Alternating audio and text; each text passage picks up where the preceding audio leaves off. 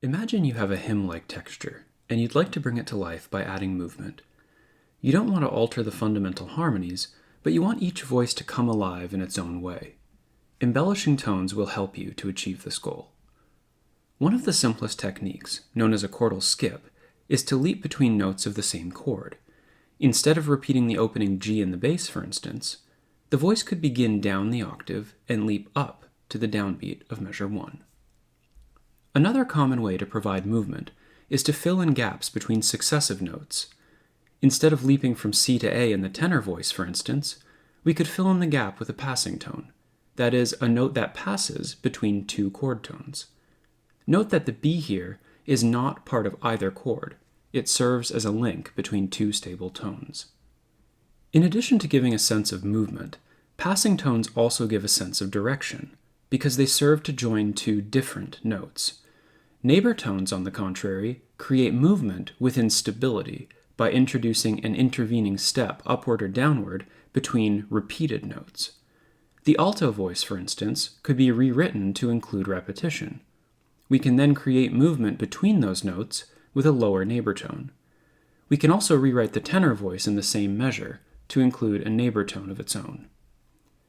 To this point, passing tones and neighbor tones have all occurred on an offbeat.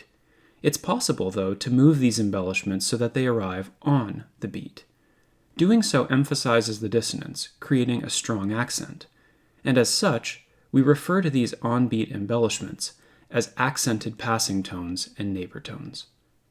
The bass voice, for instance, contains a third between C and A that we can fill in with a passing tone on the second beat. One final embellishment involves delaying the arrival of an expected note, a technique known as a suspension.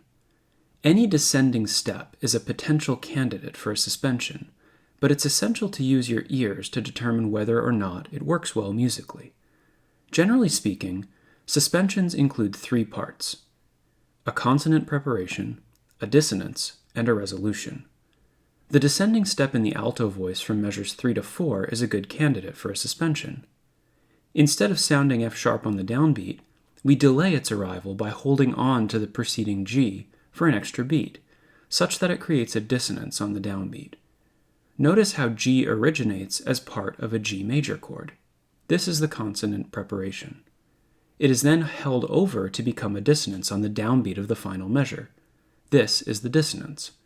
And finally, it moves to the expected F sharp. This is the resolution. We can apply this same technique to other descending steps, like the soprano in measure 2.